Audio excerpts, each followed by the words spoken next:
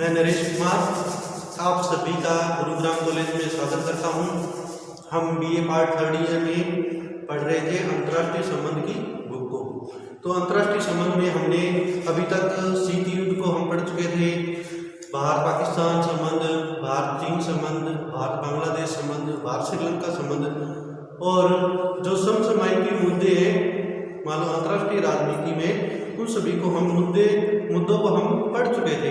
आज हम अंतर्राष्ट्रीय संबंध में फिलिस्तीन की जो समस्या चल रही है वर्तमान में, उसके बारे में पढ़ेंगे कि फिलिस्तीन में किस प्रकार की सत्ता है, किस प्रकार का पहले घटनाएं हुई, उसके बाद किस प्रकार का फिलिस्तीन अपने अन्य देशों के साथ संबंध बनाए हुए और अंतर्राष्ट्रीय राजनीति में वो किस प्रकार है भूमिका निभाता है।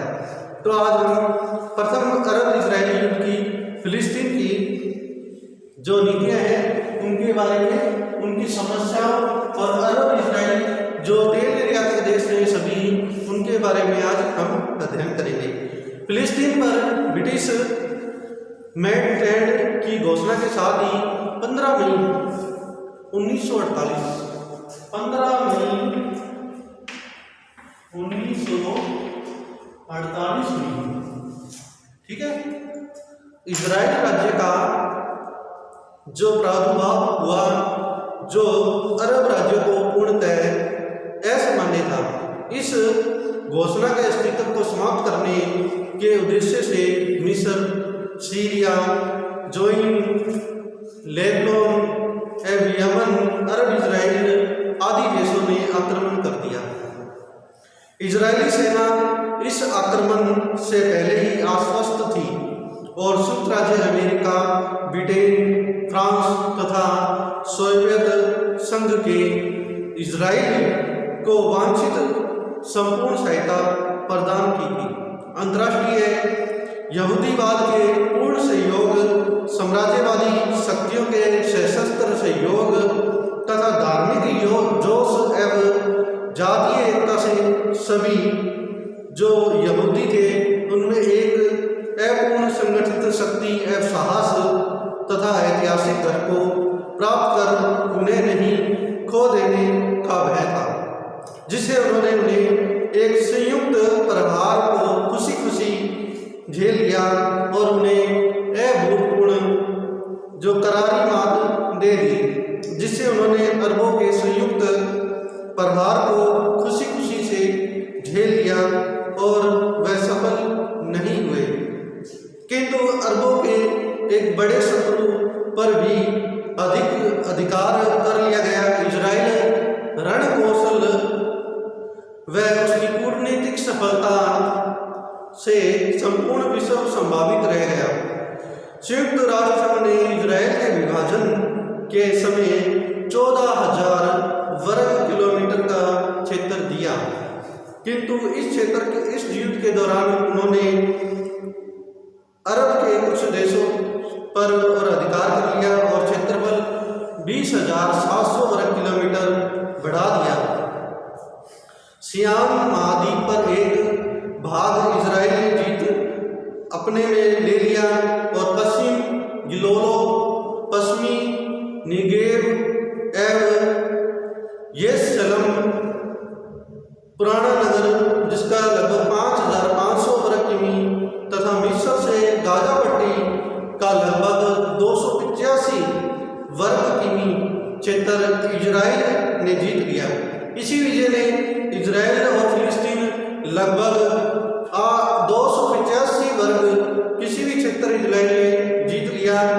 इसी प्रकार जो पट्टी है भूमध्य सागर रेखा की, उसने तटीय भाग तथा इजराइल एवं सियान मरुस्थल को जोड़ती है। संयुक्त राष्ट्र संघ ने यही पट्टी मिस्र को दे दी। इसके परिणाम स्वरूप इजराइल आकबा भूमध्य सागर मार्ग जोड़ना सदा के लिए समाप्त हो गया। अरबों की इस हार के परिणाम स्वरूप संसार भर के महाद्वीपों मार्ग जोड़ना सदा के लिए पहले से ही खुल गए थे। प्रतिशोध के भय से यहाँ से लगभग 9 लाख से अधिक फिलिस्तीनी के द्वार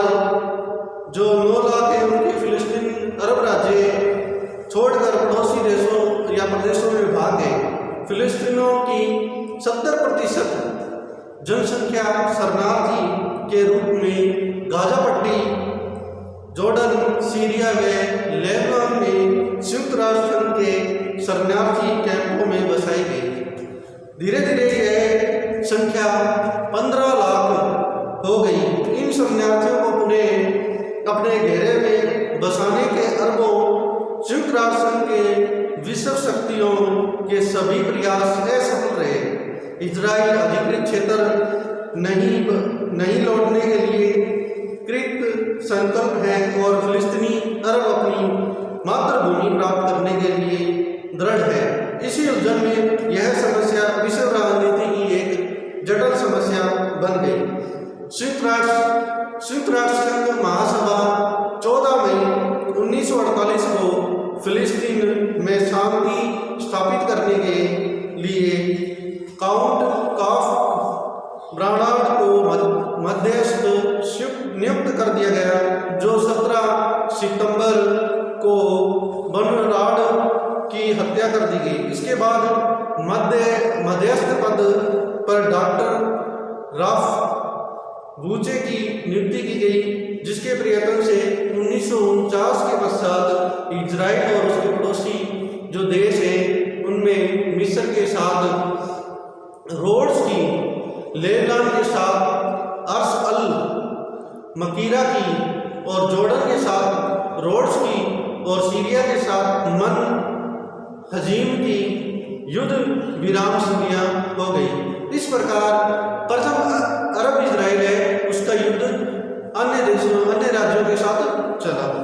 ठीक है, अब अपने बात करते हैं दूसरे जो अरब इजराइल है वो युद्ध में किस प्रकार द्वितीय अरब इजराइल विवाद है वो किस प्रकार हुआ।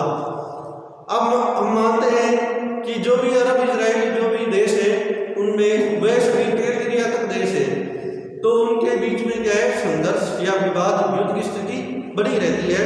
तो द्वितीय जो स्थिति बनी विवाद की वह क्या कारण रहा। अरब राज्यों में एकता स्थापित होना कठिन प्रतीत हो रहा था, फिर भी उन्हें स्थिति की उपयोगिता का अपने तेल के कूटनीतिक महत्व का एहसास हो चुका था। स्विज नहर एवं मध्य पूर्व के तेल का अधिकांश लाभ पश्चिमी देश के मुख्यतः संयुक्त राज्य अमेरिका, ब्रिटेन, फ्रांस व अन्य यूरोपीय राष्ट्र उठा रहे थे और उनके उत्पादक राज्यों को लाभ का एक अंश मिलता था। मिस्र को आश्वासन दिया गया कि वे बांध के निर्माण में संयुक्त राज्य अमेरिका का सहयोग करें। जब समाप्ति दिखाई दी तब उन्होंने देश के जो हित में 26 जुलाई 1956 को स्विज नहर का राष्ट्रीयकरण कर दिया।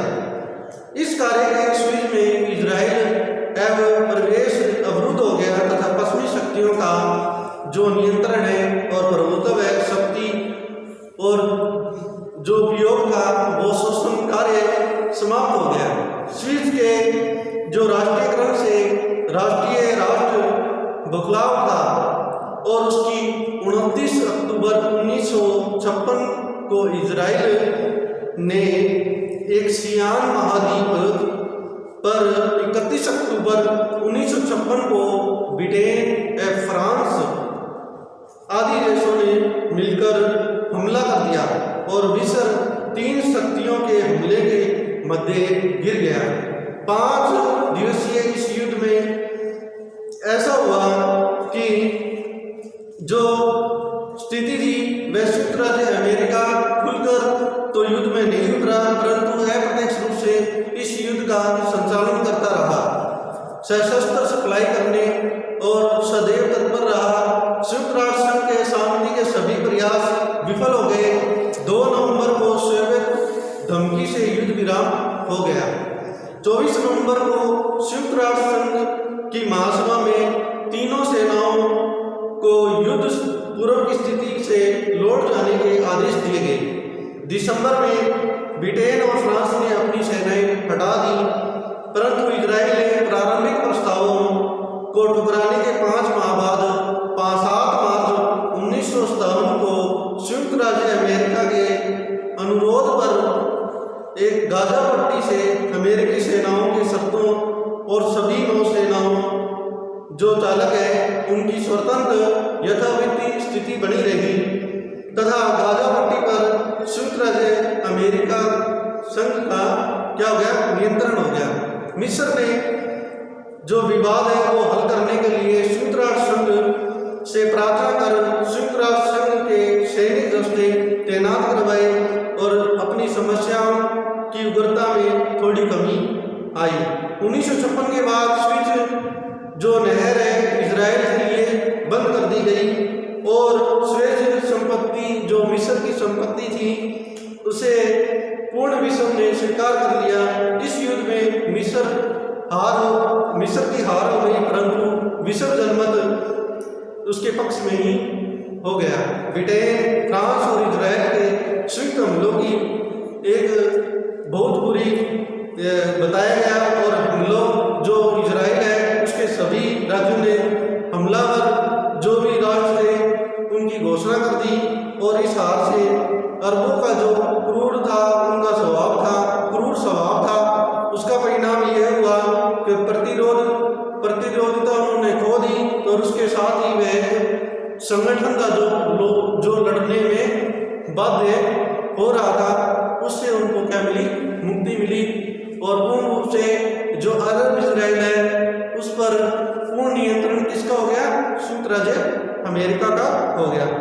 प्रत्यक्ष रूप से क्या है, अमेरिका ने क्या है उस युद्ध में भाग नहीं लिया, लेकिन अप्रत्यक्ष रूप से क्या करता रहा, वो अस्त्र शस्त्रों का प्रयोग करवाता रहा और अंतिम रूप में क्या है इजराइल को क्या है स्विज नहर पर प्रतिबंध लगा दिया उन पर और इस प्रकार क्या है द्वितीय अरब जो युद्ध था वह समाप्त हुआ।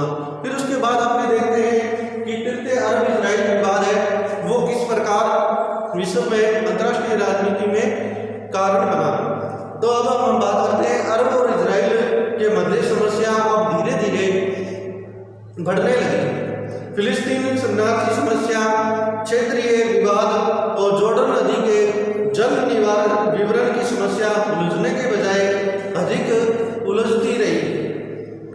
शरणार्थी संन्यास गाजा पट्टी, जॉर्डन, सीरिया, लेबनान पड़ोसी क्षेत्रों में उसी अवस्था में बसे हुए हैं जिनकी समस्या का कोई समाधान संयुक्त राष्ट्र संघ की नहीं कर सका। फिलिस्तीन की स्वाधीनता की मांग विश्व जनमत का समर्थन प्राप्त करने और उसका अंत सफल हो गई।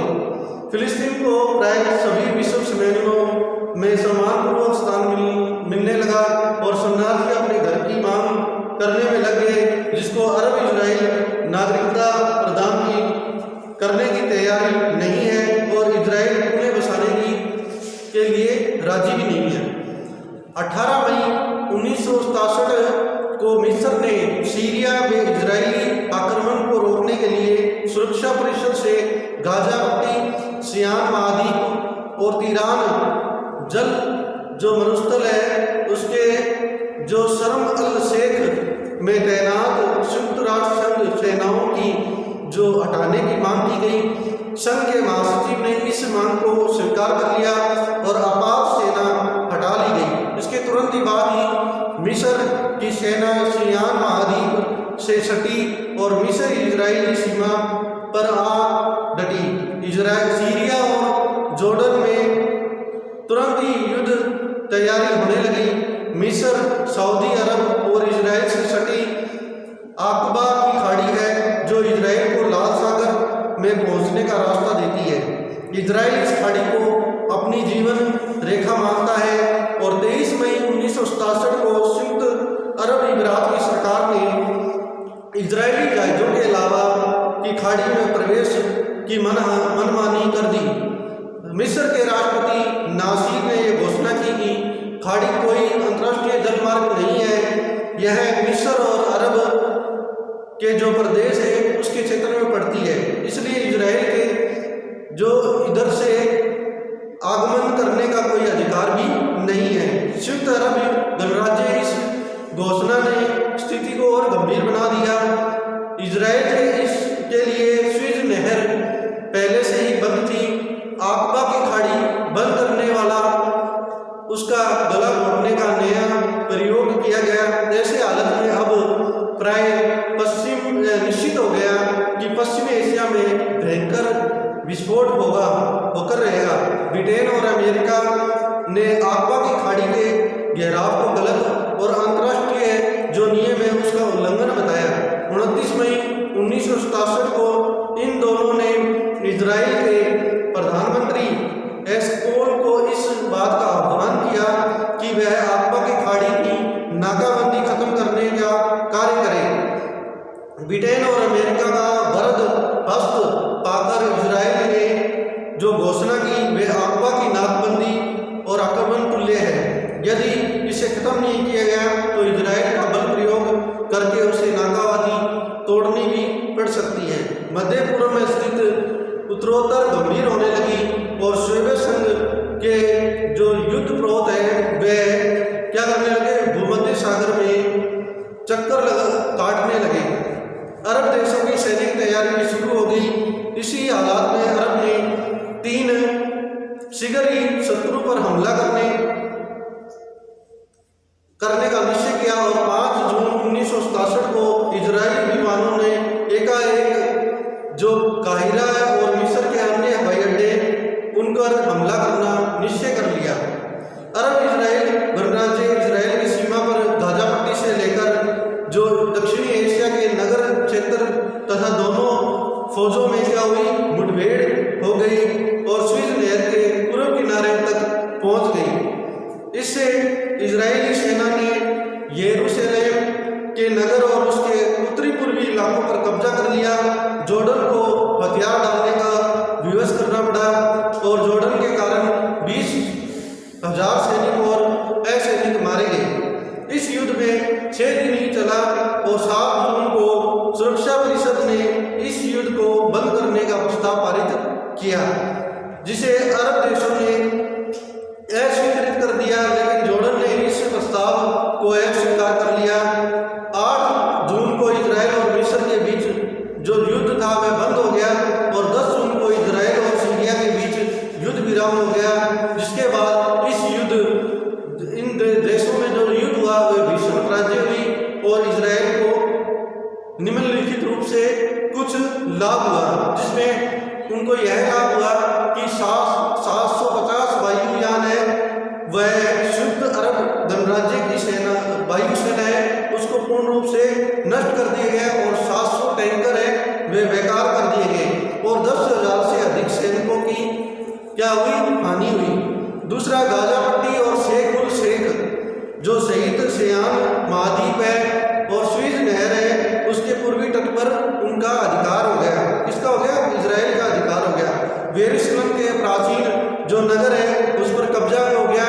इस प्रकार 2000 वर्षों के बाद यरूशलेम पर यहूदियों का अधिकार हो गया।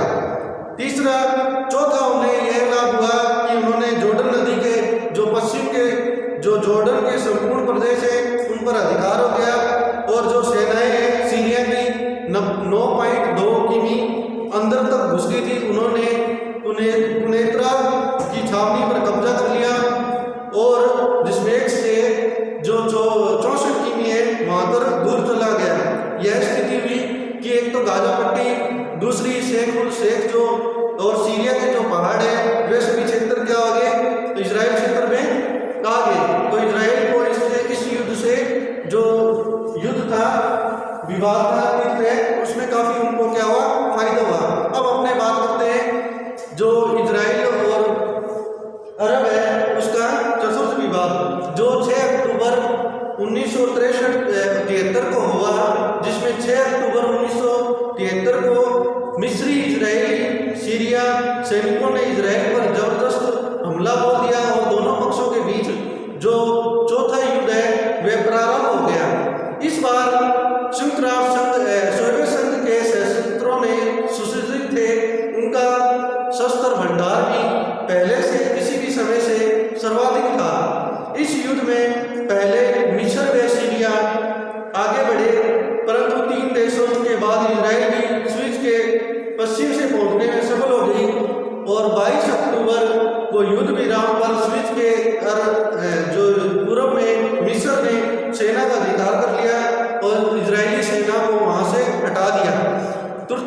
चतुर्थ जो अरब इजरायली युद्ध है उसके कारण क्या रहे? पहला कारण कि इजराइल का कठोर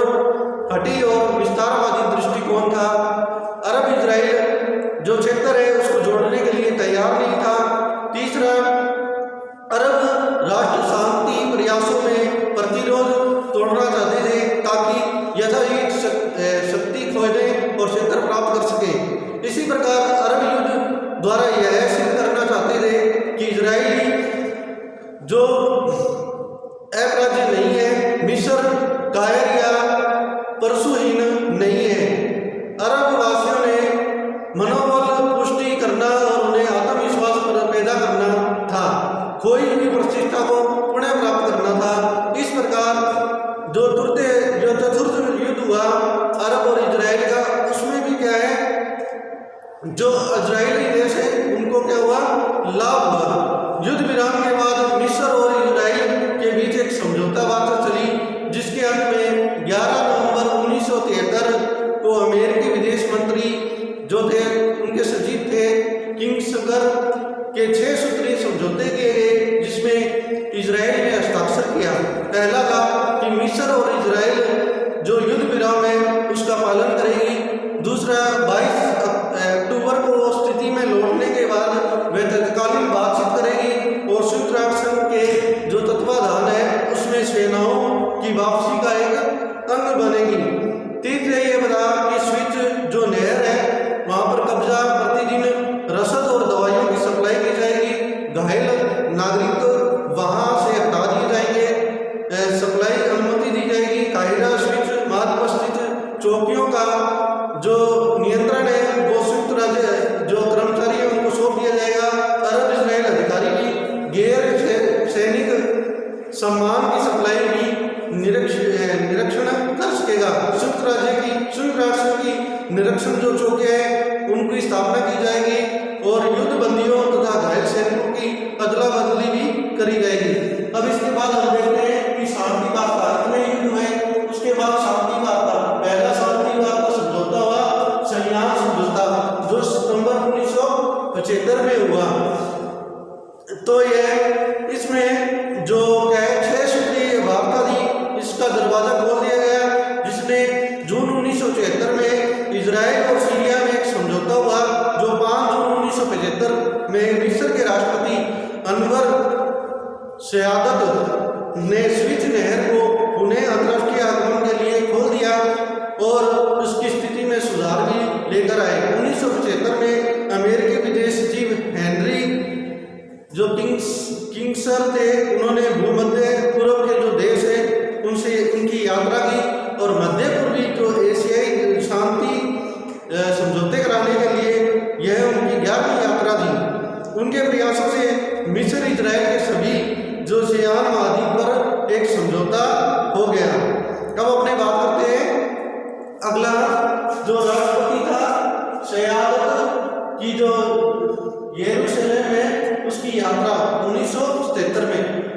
इतने युद्ध हुए, उसके बाद क्या है शांति वार्ताएं भी हुई। इजराइल के प्रधानमंत्री जो बेगिन ने मिस्र के राष्ट्रपति अनवर सयादत को यरूशलेम का नियंत्रण दिया। सयादत के अतिरिक्त बेगिन ने सीरिया के राष्ट्रपति युदान के शहर और लेबनान के राष्ट्रपति को भी निमंत्रण भेजा। सयादत ने कहा कि मेरी एक शर्त है कि इजराइल नेसेंट जो संसद है वहाँ की, उसे नेसेंट बोला जाता है, उसके जो 120 सदस्य हैं वे बातचीत कर पश्चिमी जो एशिया के बारे में अपने दृष्टिकोण से उन्हें परिचित कराएं। 19 जो नवंबर है 1977 के राष्ट्रपति सयादत ने यरूशलेम की ऐतिहासिक और साहित्यिक यात्रा की। यह यात्रा चांद पर प्रथम व्यक्ति के उतरने के समान ही थी। इजराइल आने पर वह प्रथम अरबी नेता था जो क्या है इजराइल देश की यात्रा पर गया था। राष्ट्रपति सीरिया के राष्ट्रपति से सयादत को यह यात्रा करने की सलाह दी गई और अरब लीग ने 22 देशों के केवल सूडान नसेस्को ने सयादत को यह यात्रा करने की सलाह दी। अब जो सयादत है इस यात्रा की साम्राज्यवादी हाथों के जो बेचने की घटना करार दिया गया। यह कहा गया कि यात्रा का उद्देश्य अरबों को बांट देना है। फिलिस्तीनी छापेमारी ने सयादत की इस जो बात यात्रा थी उसकी पीठ में छुरा भोंकने का कार्य किया। इजरायली संसद को संबोधित करते हुए राष्ट्रपति सयादत पश्चिमी एशिया में शांति स्थापित करने और 5 प्रस्ताव भी रखे, जिसमें पहला था इजराइल द्वारा अरब क्षेत्र में घटना और दूसरा इसमें यरूशलेम का भी हिस्सा शामिल है, जिसमें इजराइल को 1969 में राज्यों में शामिल किया जाए और उसके बाद फिलिस्तीनियों के जो बुनियादी अधिकार हैं वे प्रदान किए जाए और उनको शांतिपूर्ण ढंग से रहने की गारंटी प्रदान की जाए। और इस संबंध में संयुक्त राष्ट्र के जो आदेश पत्र है उनके उद्देश्य से सिद्धांतों का आचरण और मतभेदों में शांतिपूर्ण ढंग से सुलझाया जाए। इस संबंध में जो युद्ध स्थिति है उसको समाप्त करने की घोषणा भी की जाए। इस प्रकार हमने अरब के संबंध में आज फिलिस्तीन समस्या और अरब इजराइल जो विवाद था किस प्रकार जो सियासत है उसके बाद क्या है उन्होंने क्या स्थिति को संभाला और एक शांति यात्रा वार्ता की और शांति जो था वो एक विश्व के सामने लाए कि शांति स्थापित की जाए और जो देश है अरब इजराइल है वो एक संयुक्त रूप में रहकर कार्य करें। अंतर्राष्ट्रीय क्षेत्र में किसी प्रकार की युद्ध स्थिति न रहे, किसी प्रकार की साम्राज्यवादी स्थिति न रहे, उसका क्या किया उन्होंने विरोध किया।